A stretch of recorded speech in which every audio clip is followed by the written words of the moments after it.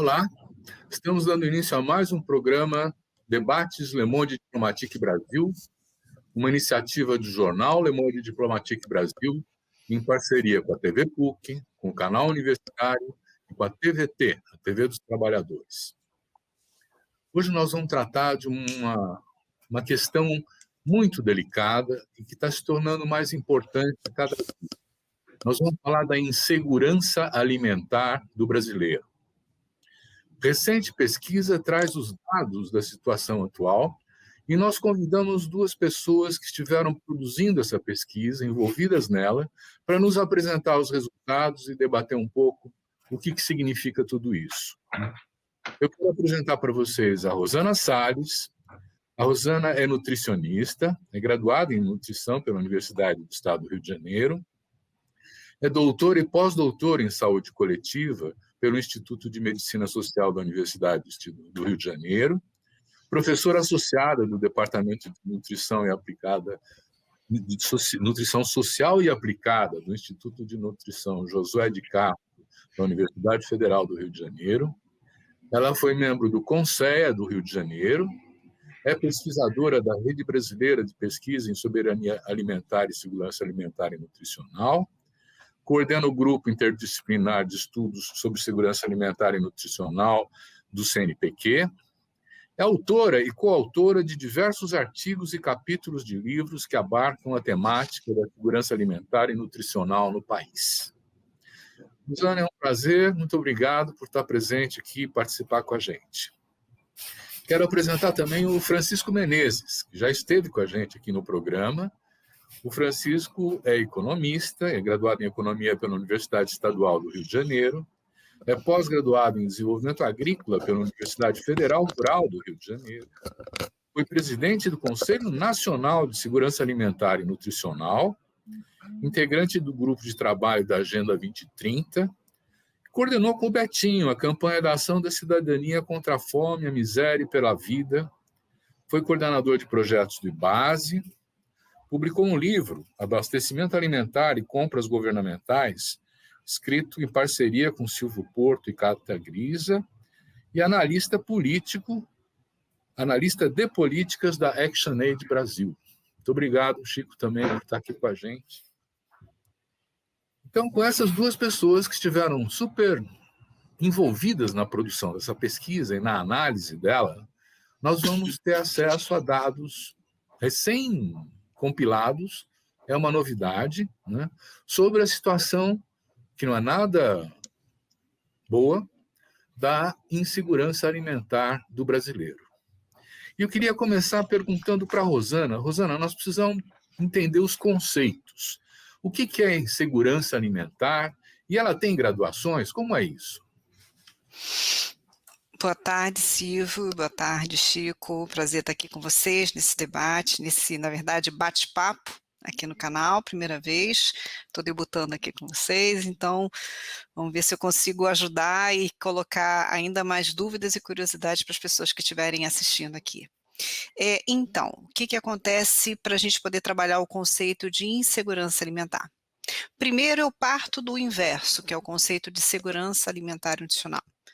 O que é esse conceito? Principalmente para o Brasil, que é um conceito que tem toda a referência internacional. Eu ouso a colocar só um pouco de curiosidade, porque o Francisco Menezes esteve à frente no CONSEA e participou do amplo debate com a sociedade acadêmica, com as pessoas da comunidade, organizações não governamentais, ou seja, como um todo, que construímos um conceito de segurança alimentar e nutricional bastante amplo. É um conceito que abarca várias dimensões. A dimensão nutricional, que trabalha com a discussão da adequação da saúde, o acesso à alimentação adequada e variada, respeitando cultura, diferenças regionais, sem prejuízo a qualquer outra dimensão que o indivíduo tem nessa competição que a gente tem das despesas dentro de uma família. Acontece que a insegurança alimentar é a ferramenta que nós temos exatamente para tentar dialogar com o conceito de segurança alimentar nutricional. Uma ferramenta que a gente consegue quantificar, colocar em números, né? Isso é o que eu falo, através de escalas de aferição. nada mais são do que perguntas organizadas, para o nosso caso, a Escala Brasileira de Insegurança Alimentar, brilhantemente validada no país e muito consolidada no início dos anos 2003, 2004, pela equipe coordenada pela professora Ana Maria Segal Correia e outros pesquisadores do Brasil, que fizeram com que nós tivéssemos um instrumento bastante robusto. O que é esse instrumento? Um conjunto de perguntas que vão desde a preocupação que a família tem de acessar a alimentação até, de fato, ficar um dia inteiro sem comer ou fazer uma única refeição diária. Essa escala faz com que a gente tenha um gradiente desse nível de segurança ou insegurança alimentar na nossa população. Por que é um gradiente? Conforme eu vou respondendo positivamente cada pergunta, eu vou somando. E a partir desse somatório, eu classifico as famílias em 4 níveis: segurança alimentar, insegurança leve, insegurança alimentar moderada, insegurança alimentar grave. Eu não sei se cabe agora, nesse momento, já falar um pouquinho sobre eles, ou você prefere que a gente vá trabalhando o tema e depois aprofunde? O que você prefere, Silvio? Fique à vontade. Quer dizer, eu acho que a questão de entender o que é insegurança alimentar é fundamental para a gente entender depois os resultados da pesquisa, né? E você Então, estava falando em insegurança leve, insegurança média e insegurança grave, né? Se você pudesse identificar com mais clareza o que é cada condição, né? A gente passava depois a bola para o Chico para ele apresentar um pouco os números do global. Perfeito, perfeito. Então vamos lá. Voltando à parte da metria, né, da psicometria da aferição da insegurança alimentar, por essas perguntas que compõem a escala brasileira de insegurança alimentar. A cada resposta positiva, então, eu vou somando um ponto, e esses pontos nós colocamos como se fosse uma régua, que eu divido em 4 partes iguais. A primeira parte é a segurança alimentar. Quando a gente tem uma família, é importante ressaltar, a escala brasileira de insegurança alimentar, ela está aferindo a insegurança alimentar dentro da família. Então, quando eu chego em contato com o respondente, com a pessoa que tem essa responsabilidade da compra e a distribuição dos alimentos para a família, e começo a fazer a pergunta, se ela responde as 3 primeiras perguntas já negativamente, a gente encerra e, para mim, eu já tenho exatamente o diagnóstico da segurança alimentar. Se ela vai respondendo isso positivamente, a gente vai até o final. A pontuação, então, positiva é classificada em 3 níveis. A insegurança alimentar leve, que representa a preocupação dessas famílias no acesso, na qualidade, principalmente, desses alimentos que estão ali sendo adquiridos e distribuídos por todas as pessoas que convivem dentro dessa família, independente de ser adulto ou independente de ser um menor de 18 anos. É criança e adolescente que a gente chama. A insegurança alimentar moderada, ela já faz um recorte na redução da quantidade dos alimentos. Ou seja, eu já tenho uma estrutura familiar que, a partir do momento que tem algum prejuízo no acesso à alimentação, essa pessoa que organiza a distribuição, ela já começa a mexer um pouco na quantidade dos alimentos adquiridos. E a insegurança grave é quando, de fato, eu tenho a quantidade e a qualidade prejudicada, a tal ponto que as famílias podem, num período de 3 meses, esse é um ponto de referência que a gente sempre avalia no Brasil para a discussão da insegurança alimentar, nos nossos domicílios, que ela pode ter passado um dia inteiro sem comer, ela ou um menor de 18 anos, ou então feito uma única refeição ao dia. O nível de insegurança alimentar grave é o que nós fazemos o diálogo com a fome. Então, esses 3 níveis ajudam para que a gente possa fazer o diálogo com um conceito ampliado de segurança alimentar adicional. E o que tem norteado, de fato, pensar como é que a gente pode alimentar essas informações para reduzir, infelizmente, esse cenário muito ruim que está no Brasil diante da pandemia. Tá ótimo, obrigado. Chico, tem muitos brasileiros e brasileiras em insegurança alimentar? Como é que é o resultado dessa pesquisa? Olha, a pesquisa mostrou resultados, poderíamos dizer, que não nos surpreenderam, porque já observávamos que estávamos num caminho que poderia comprometer seriamente a segurança alimentar. Mas eu quero antes cumprimentar todas e todos que nos assistem e cumprimentar você, Silvia, Rosana, é dizer que, na realidade, eu não participei diretamente da pesquisa, mas pude fazer um acompanhamento, eu diria assim, curioso e atento, não é, sobre os resultados que vinham. E o que é importante assinalar é que, na realidade, os dados mostram que hoje nós temos uma população predominantemente em segurança alimentar. Os dados mostraram isso. Isso foi absolutamente assustador para nós, embora estivéssemos esperando que os dados não viessem bem. E, ao mesmo tempo, o nível de insegurança alimentar grave, ele se mostrou também muito elevado. Considere que 9% dos domicílios estavam nessa condição, 19 milhões de pessoas também vivendo essa situação de insegurança alimentar grave, que é algo similar à fome. A gente pode dizer assim. É importante comparar esses dados com dados das pesquisas anteriores, que, como a Rosana falou, ela foi implantada no Brasil desde 2004. Em 2004 saíram os primeiros resultados que mostravam uma situação ainda que era bastante grave, preocupante. Os dados não eram bons em 2004. Depois nós assistimos em 2009, que ela se realiza oficialmente de 5 em 5 anos, pesquisa é realizada pelo IBGE, e que mostravam já uma melhora na situação. Chega 2013, quando ela é novamente realizada, temos uma melhora ainda mais acentuada, tanto é assim que em 2014 a ONU reconhece que o Brasil saiu do mapa da fome. E quando chega 2017 e 2018, que a pesquisa é novamente realizada, aí os dados já são novamente preocupantes, né?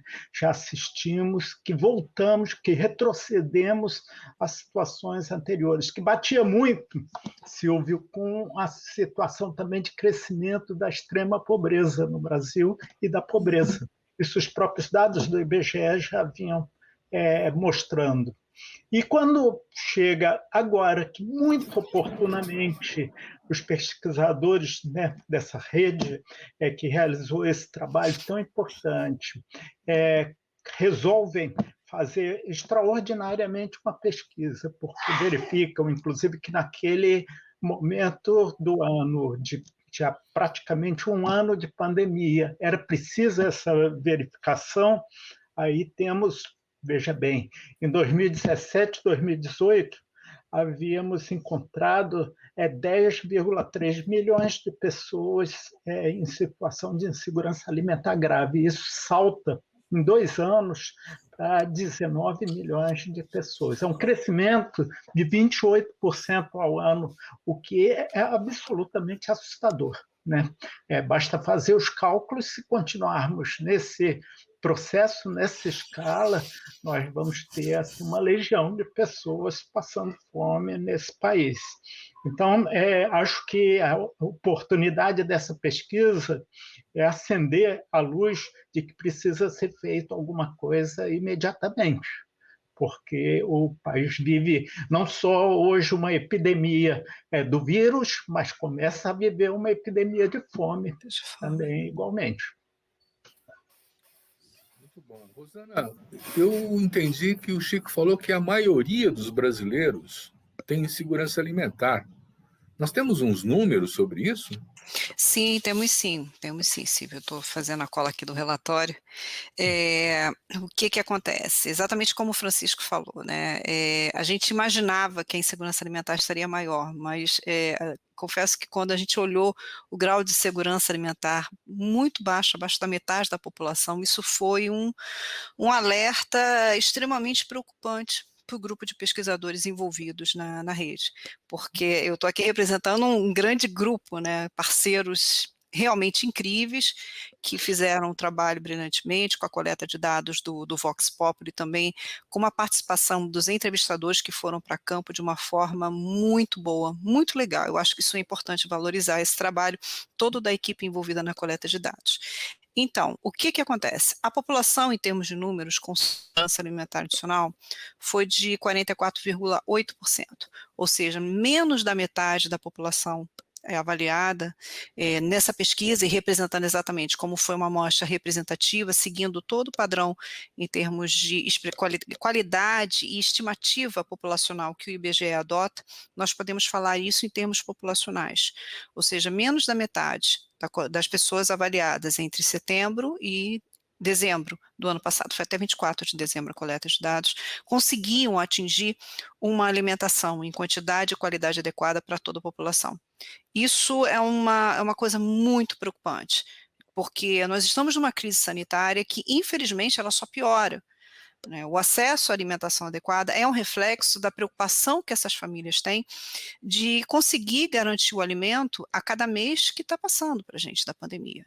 Se a gente olha que a cada dia a gente tem um número maior de mortes e toda uma discussão econômica por trás e auxílio emergencial, ou seja, é um pacote completo para colocar uma gravidade de fato nesse cenário. E bastante preocupante, porque nós já víamos, foi como o Chico falou, até 2013, a gente vinha numa ascensão, era uma coisa muito interessante, porque não era uma ascensão à toa, foi toda uma evolução de escolhas políticas, de políticas sociais, olhando exatamente esse segmento mais vulnerável para a insegurança alimentar, valorização do salário mínimo, foi todo um pacote de medidas econômicas que fizeram essa curva subir no que diz respeito ao aumento à alimentação, o acesso à alimentação adequada, ou seja, na segurança alimentar. Quando a gente começa a observar essa redução, em 2018, os dados foram divulgados no ano passado, eu tive a possibilidade de colaborar na análise de dados, na organização junto com o IBGE dessa publicação, o alerta já estava ali colocado, a gente também já imaginava o cenário de redução da segurança alimentar. Agora, o que se coloca em xeque é o que vai ser feito com essa proporção muito baixa de famílias que conseguem atingir a alimentação adequada. A gente, depois do seminário de ontem, começou a pensar que cada mês que for pensar em refazer essa pesquisa, a gente já está se organizando para uma nova avaliação. Esse cenário, se nada for feito, vai, consequentemente, estar reduzindo o acesso à alimentação adequada da população e reforçando as desigualdades. Eu acho isso um ponto importante também de estar colocando. Se eu entendi bem, então nós estamos com mais de 110 milhões de brasileiros em insegurança alimentar, não é isso? Exatamente, exatamente. Mas o auxílio emergência dos R$600 não ajudou a enfrentar essa situação de insegurança? Vocês perceberam alguma mudança do ano passado em relação a essa pesquisa ou não?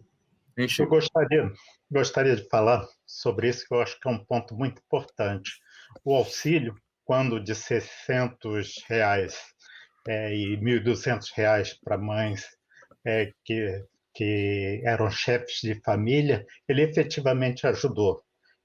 Não foi feito naquele momento, porque esses valores demoraram até agosto, mas não foi feito naquele momento uma pesquisa como essa, mas algumas verificações mostravam que, inclusive, estava positivamente melhorando a situação alimentar dessa população contemplada pelo auxílio. Em setembro, a partir de setembro e até dezembro, nós tivemos a redução do auxílio à metade. Isso. E aí, diversas organizações que, inclusive, trabalham com a distribuição de alimentos, com cestas básicas, organizações da sociedade, começaram a registrar que já havia um aumento do número de procura em termos dessa assistência bastante acentuado.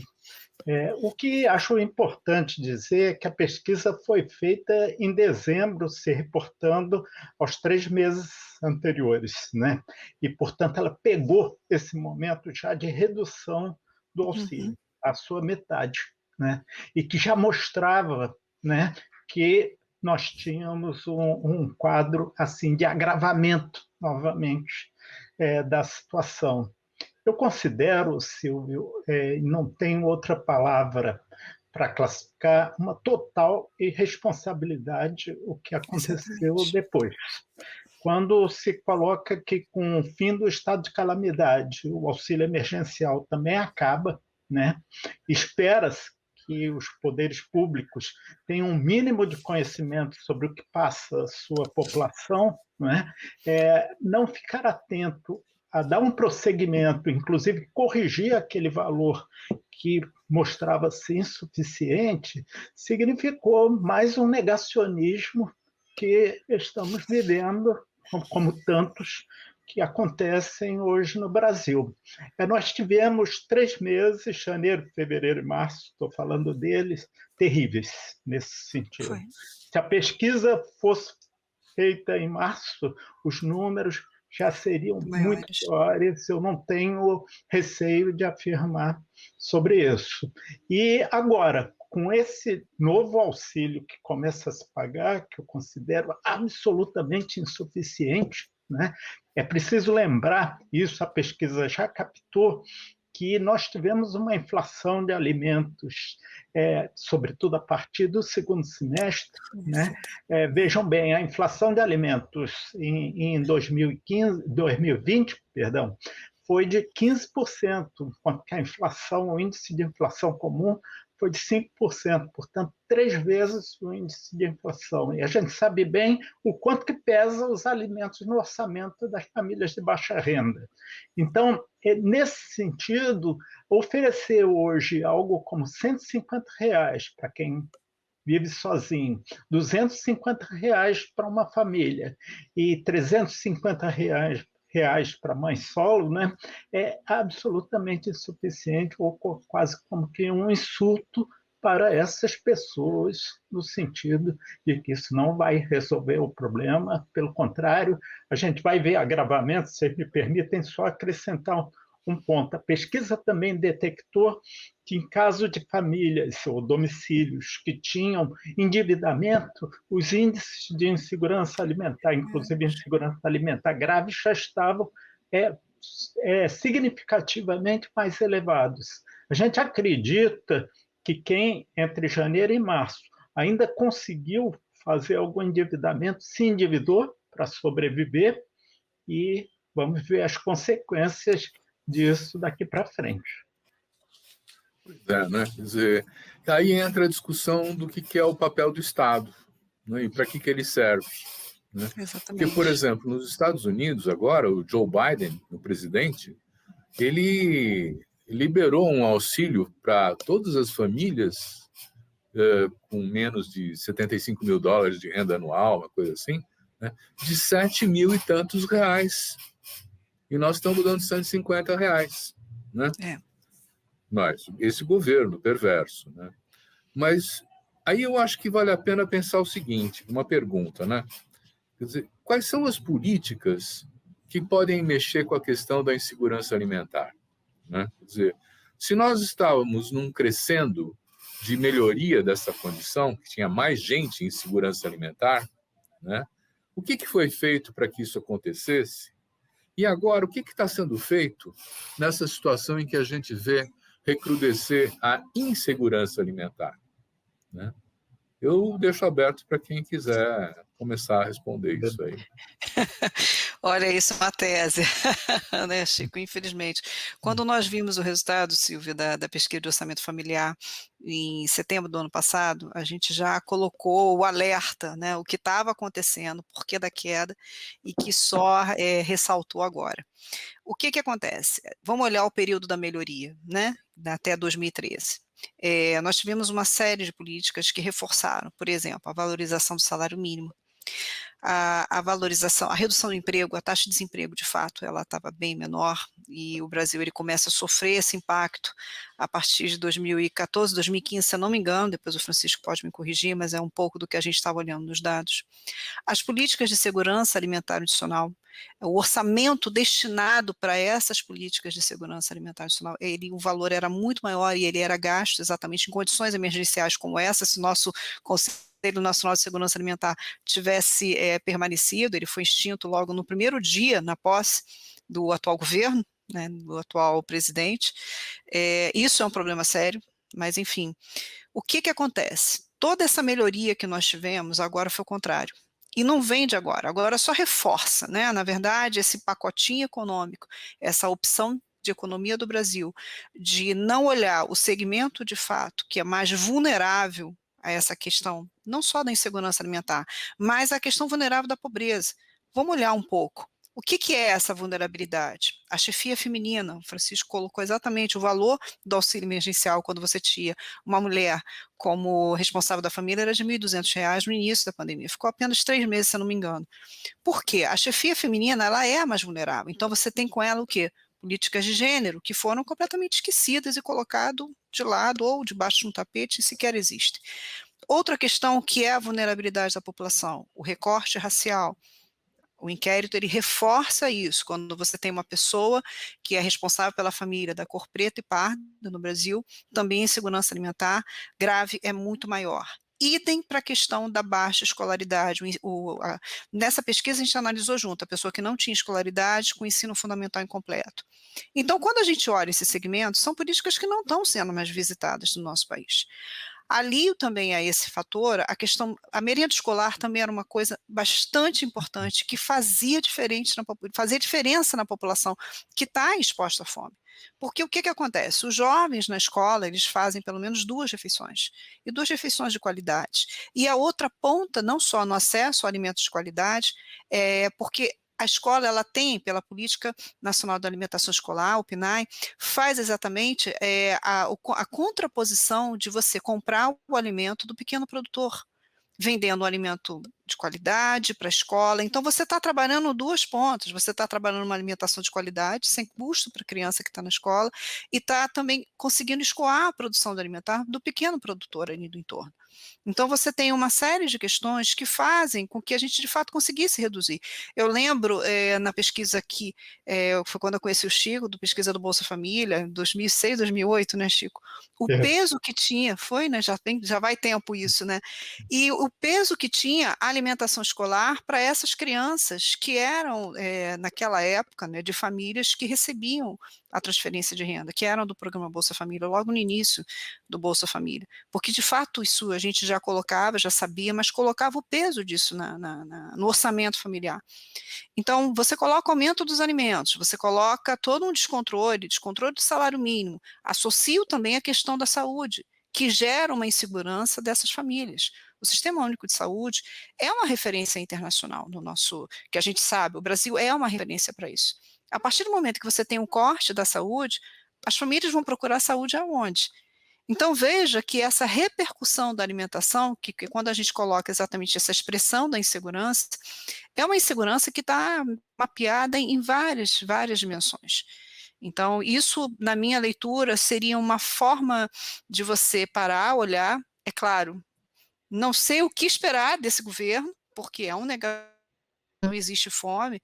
Infelizmente, a reportagem, ao invés de ele colocar o problema, ele coloca que a população do Brasil é obesa, mas enfim, é necessário você olhar esse pacote de políticas, que indubitavelmente foi um sucesso para a gente conseguir reverter. Não acabou, sem dúvida alguma, ainda tínhamos uma parcela ainda a continuar, mas ajudou nessa redução da insegurança alimentar no país. Então, Chico, se a gente fosse encarar, vamos dizer assim, essa situação de uma maneira a criar uma estratégia para enfrentar a insegurança alimentar, o que a gente tinha que fazer? Acho muito importante essa questão que você levanta, Silvio, embora não seja de fácil resposta, mas eu diria que estamos de novo naquela situação em que, de um lado, nós precisamos pensar em medidas urgentes, emergenciais, que deem resultados imediatos. E, por outro lado, essa tarefa de reconstrução inclusive em novas bases, né? Porque as políticas vinham sendo construídas dentro de uma determinada situação política econômica que não é a mesma de hoje. Assim, de imediato, eu penso que devemos insistir na questão do auxílio emergencial. O auxílio emergencial teve muitos problemas, sobretudo na sua forma de implantação. Eu diria que essa utilização de um aplicativo foi mais um desrespeito com as pessoas mais pobres, né? Porque eu, há pouco tempo, tive uma conversa com pessoas que estão na área dos cerrados e elas diziam, olha, existem áreas paupérrimas aqui e mal sabem o que é internet, entende? Falar de aplicativo para eles. E o governo deixou de utilizar toda uma estrutura que era, bem verdade, estava já precarizada com os cortes orçamentários, mas, por exemplo, dos centros de referência de assistência social, que sabem aonde os mais pobres estão. Então, desprezou isso nessa obsessão de liquidar com o que não foi feito por ele, não é? E, em termos de aplicação, foi muito ruim, mas, de qualquer modo, chegou, afinal, a 68 milhões de pessoas, vamos dizer que abarcou parte dessas pessoas, e hoje o que a gente sustenta é que, primeiro, tem que corrigir esse valor. Esse valor não dá para ser levado a sério. Em segundo lugar, tem que pensar nessas formas de chegar aos mais pobres. O TCU identificou um percentual elevado de pessoas que receberam um auxílio emergencial que não precisavam estar.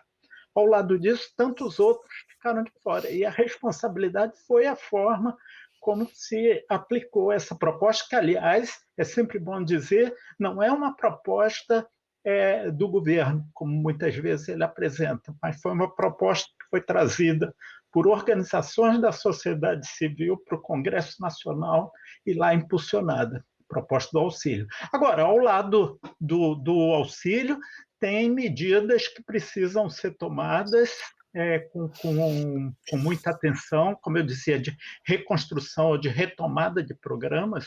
Veja bem, por exemplo, o programa da alimentação escolar, que a Rosana falava, no isolamento e com as escolas suspensas, muitas famílias deixaram de receber uma alimentação que é absolutamente essencial. Às vezes, adultos deixam de se alimentar quando a criança não conta com essa alimentação escolar. Por outro lado, programas que se mostraram tão efetivos, eu cito aqui, por exemplo, o Programa de Aquisição de Alimentos da Agricultura Familiar, que não só gera renda para esse segmento, como também propicia, de um lado, o abastecimento para organizações que trabalham com populações mais vulneráveis, como também, inclusive, importante questão de formação de estoques, ou um programa de cisternas, né, que a gente já tem falado bem, né? E o que significou para o semiárido, esses programas tiveram seus orçamentos praticamente zerados. Esse ano que passou, 2020, aí houve um aporte de emergência para o programa de aquisição de alimentos, mas não pode ser assim. Tem que ter uma perspectiva de usar aquilo que melhor se criou em termos de programas de segurança alimentar para potenciar essas capacidades e tantos outros, não é? Então, aí temos, portanto, no meu ponto de vista, uma questão urgente a resolver e, ao lado disso, uma reconstrução. Muito bom. Mas você sabe que eu fiquei surpreso também quando eu tomei conhecimento de que o Brasil não produz alimentos suficientes para todos os brasileiros. Não é só uma questão assim de renda, é de disponibilidade. Nós estamos importando comida? É isso, Rosana?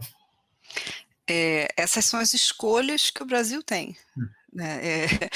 A Chico consegue falar muito melhor disso do que eu, porque a produção brasileira ela é muito baseada no agronegócio. Então, o que seria a produção interna? Nós teríamos condições, sim, de ter uma produção e o abastecimento interno da nossa população baseado na dieta do brasileiro. Eu estava pegando uma cola aqui, enquanto o Chico estava falando, que nós fizemos um cálculo, por exemplo, logo quando saiu a pesquisa de orçamentos familiares no ano passado, como professora, a gente aproveita os alunos que estão na formação e problematizamos esses dados. Fizemos um cálculo, para você ter uma ideia, do que seria uma alimentação adequada para uma pessoa, né, uma família só com uma mulher, um casal e uma família com filhos. Uma família, se fosse só a mulher, isso foi calculado em novembro do ano passado. Tá? Seria uma despesa média de R$430. O que é essa alimentação? Arroz, nada caro. Nós fizemos exatamente essa diferença, inclusive regional, fizemos esse exercício. É para uma família ou para uma pessoa? Uma pessoa. Quando a gente montou uma família, tá, que seria um casal, um adolescente e 2 crianças, esse valor ficava em torno de R$ 2.000. E veja que isso para um mês inteiro, o custo diário era em torno de R$ 68. Nesse cardápio que a gente montou, não era nada de extraordinário, era o arroz, o feijão, a variedade de frutas e vegetais, salada, carnes com valores realmente mais baixos, e isso regionalmente, a gente fez uma média do que seria todo o Brasil.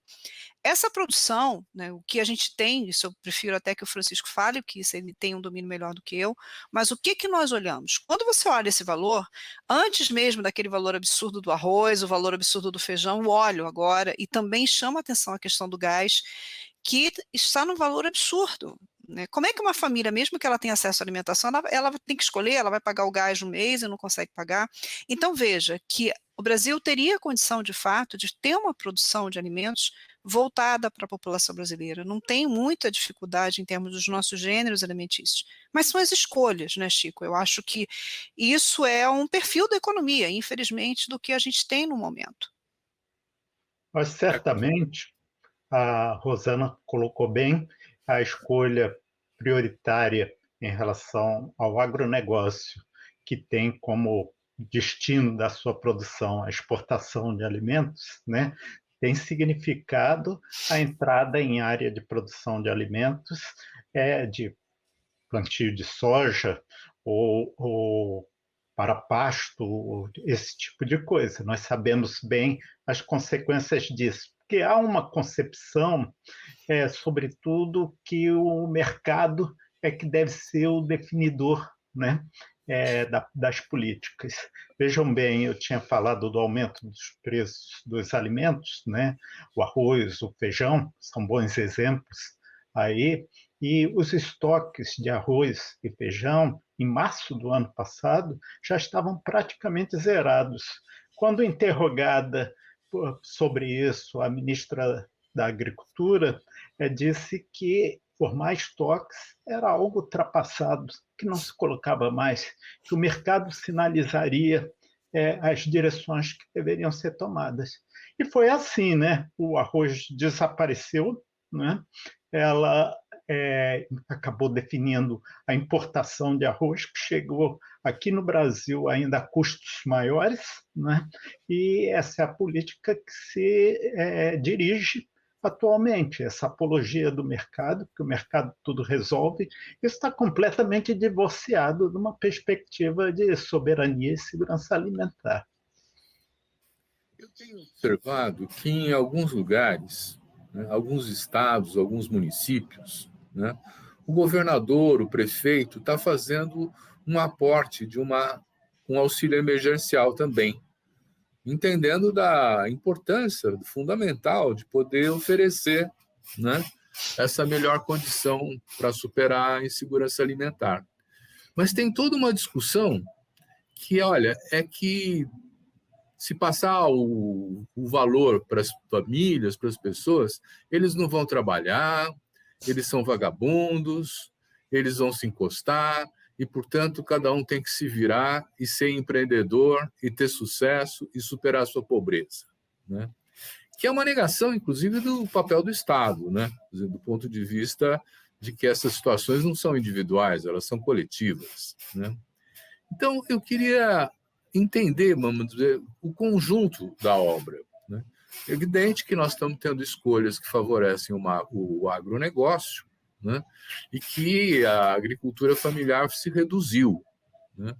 Mas também tem uma entrada de ultraprocessados, de laticínios, de coisas assim, né? Que a população começa a precisar consumir, porque não tem outra opção, né? Isso também envolve a questão da insegurança alimentar? Como é que vocês veem isso? Então, Silvio, isso é uma questão que, de fato, o grupo que eu coordeno, junto com outros pesquisadores, a gente tem se debruçado já tem uns 3, 4 anos, para tentar entender essas escolhas alimentares diante da pobreza extrema, olhando exatamente o segmento da insegurança alimentar grave. Então, vamos começar primeiro a desmistificar. Você adotar a transferência de renda para famílias de baixa renda, isso é uma coisa que é o direito humano. Você está trabalhando com o direito humano à alimentação adequada e você está dando o direito exatamente dessas famílias escolherem o que elas vão consumir com esse dinheiro. E, de fato, diante da pobreza extrema, você recebe o dinheiro. Por exemplo, eu vou tomar como referência os programas, as pesquisas que a gente tem sobre o grupo da população do Bolsa Família, né, do programa Bolsa Família. Tanto pesquisas em números, quantitativa que a gente chama, como também pesquisas com entrevistas direcionadas, que são as pesquisas qualitativas, os dois segmentos mostram a mesma coisa. A prioridade é a aquisição de alimentos. Essas famílias têm como prioridade a aquisição de alimentos, comprando normalmente a base da alimentação, ou seja, o arroz, o feijão, a farinha. Quando entra o alimento, a gente sabe que esse é um padrão, quando entra, perdão, o dinheiro, vai comprar a verdura, o legume, a fruta naquela semana que entra o dinheiro. O problema é que o dinheiro é muito pouco, então naquela semana, no máximo 2 semanas, ela vai comprar. Depois ela acaba comprando o quê? Os alimentos que são estocáveis, que são os enlatados, são os ultraprocessados, mas a família tem essa gerência exatamente da prioridade. Quando nós temos uma criança ou adolescente, essa prioridade com a alimentação é ainda maior. A grande diferença que a gente vê é que, por exemplo, quando eu tenho um programa estável, como a gente viu com o programa Bolsa Família, a partir do momento que você tem essa estabilidade, que a família vai ganhar o dinheiro todo mês, regular, direitinho, ela aproveita e começa a comprar outras questões que também são de direito dela. Comprar uma roupa de uma criança, comprar um material escolar, comprar uma máquina de lavar, isso já apareceu muito na imprensa, sim, porque essa mulher, ela vai poder lavar a roupa para fora, ela também vai ter a liberação do tempo dela para também ter o seu direito, é o que a gente chama nas discussões de políticas de gênero. Então, isso é uma questão. Entrou o dinheiro, as escolhas prioritárias são da alimentação, indubitável. Uma outra questão que se coloca e que tem sido debatido nos primeiros estudos sobre o resultado da mudança do padrão da alimentação diante da pandemia é porque você acaba comprando um produto, uma quantidade de produto ultraprocessado muito maior. São produtos mais estocáveis e que no Brasil, eu até coloco que o preço não é tão mais baixo quando você compara nos Estados Unidos. Eu já tive a possibilidade de trabalhar no programa nos Estados Unidos, que é o Food Stamps, ou seja, ele coloca uma política americana que coloca exatamente o dinheiro só para compra de alimentos, e lá a gente observa que, de fato, esse produto ultraprocessado tem um preço muito mais baixo. Porém, o Brasil já está começando a se equiparar e baixar o preço, quer dizer, quando a gente fala baixar o preço, não é baixar o preço, baixar os impostos que influenciam nas escolhas, nesses preços, dos alimentos ultraprocessados. Só que, quando a gente olha no dado da pesquisa de orçamento familiar, que saiu em setembro, outubro, dentro das famílias com insegurança alimentar moderada e grave, parece que essas escolhas não estão ainda no país sendo guiadas tanto pelos produtos ultraprocessados, o que pode ser um bom sinal. Eu coloco parece porque a gente está nesse caminho de análise. A população garante o arroz, o feijão, uma outra série de produtos. Vai reduzir a carne, vai reduzir, é um alimento muito caro. Fruta e vegetal é um alimento caro. O leite, quando eu tenho a criança, ela dá prioridade para comprar o leite da criança ou um derivado tipo iogurte. Então aí a gente começa a olhar que para a população brasileira em pobreza extrema, o que vai entrar são algumas coisas características, tipo macarrão instantâneo, isso de fato acontece, alguns enlatados, alguns biscoitos e refrigerantes, mas veja, não que ela não possa comprar, ela pode comprar. A grande questão é esse equilíbrio na alimentação. O que a gente quer é que ela consuma mais fruta, vegetal, o equilíbrio do arroz e feijão, algum tipo de carne e cada vez menos ultraprocessado. Então, essas escolhas, elas são de fato um problema quando eu não tenho opção. Quando eu não tenho opção, por exemplo, para estocar. Então, de fato, ela vai comprar o produto ultraprocessado. E aí eu coloco, são esses preços dos ultraprocessados que tem a ver com a discussão dos impostos, que o Brasil está bastante complicado. A gente está caminhando com um cenário muito ruim nesse sentido. Eu fico pensando assim, quer dizer, tinha uma articulação entre todo o cinturão hortifruti granjeiro das cidades e o consumo da merenda escolar, que na verdade não era uma merenda, é uma refeição mesmo, né? Quer dizer, quando para esse fluxo, primeiro perguntar, parou, né? E segundo, o que acontece com essa agricultura familiar no cinturão hortifruti granjeiro? Ela desmonta também? Os prejuízos foram muito grandes para a agricultura familiar, não só a que estava no cinturão das grandes cidades, mas de uma maneira geral. Vocês imaginem que a alimentação escolar ela oferece um mercado diário de 42 milhões de alunos, e esse fornecimento tinha garantido um mínimo de 30% por parte da agricultura familiar. Então, repentinamente, ver esse escoamento que se tinha, né, essas vendas para a alimentação escolar, tiveram um enorme impacto sobre esses agricultores familiares, assim como teve um impacto grande para os alunos, que deixaram de receber a merenda ou que, inclusive, receberam uma merenda de pior qualidade, com menos valor nutricional, ou ainda uma opção que foi tomada de fornecimento de vouchers para algumas famílias para adquirirem no mercadinho, no supermercado, onde os preços eram muito superiores e que certamente se alimentaram muito menos devido a isso.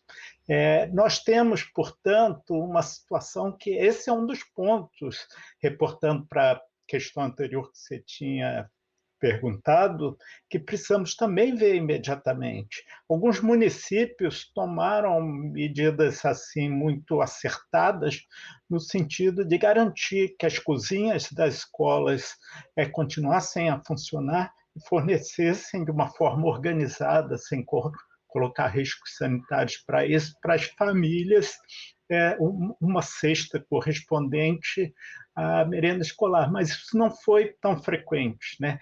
Tivemos batalhas judiciais no sentido de tentar garantir esse tipo de fornecimento, mas isso não está resolvido. Portanto, é uma outra medida que precisa, nesse momento tão difícil que nós estamos vivendo, ninguém pode assegurar que as escolas se manterão abertas, aquelas que já foram abertas, né?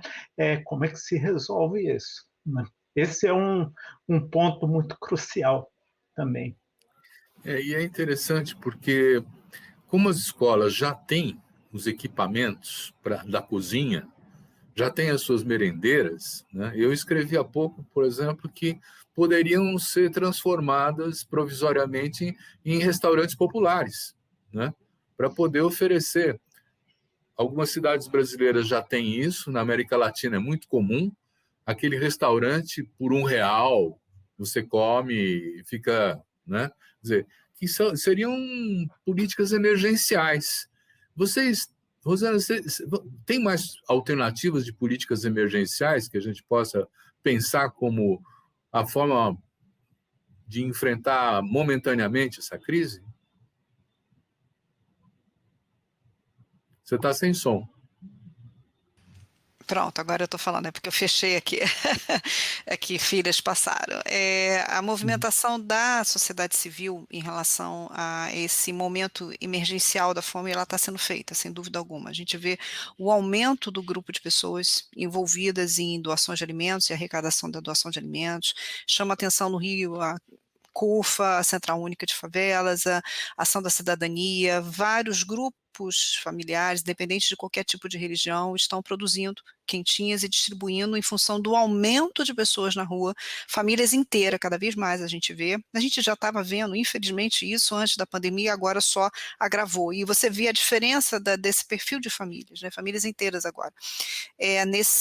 Nessa ajuda emergencial, imediata. Eu não coloco emergencial, mas imediata. Tá?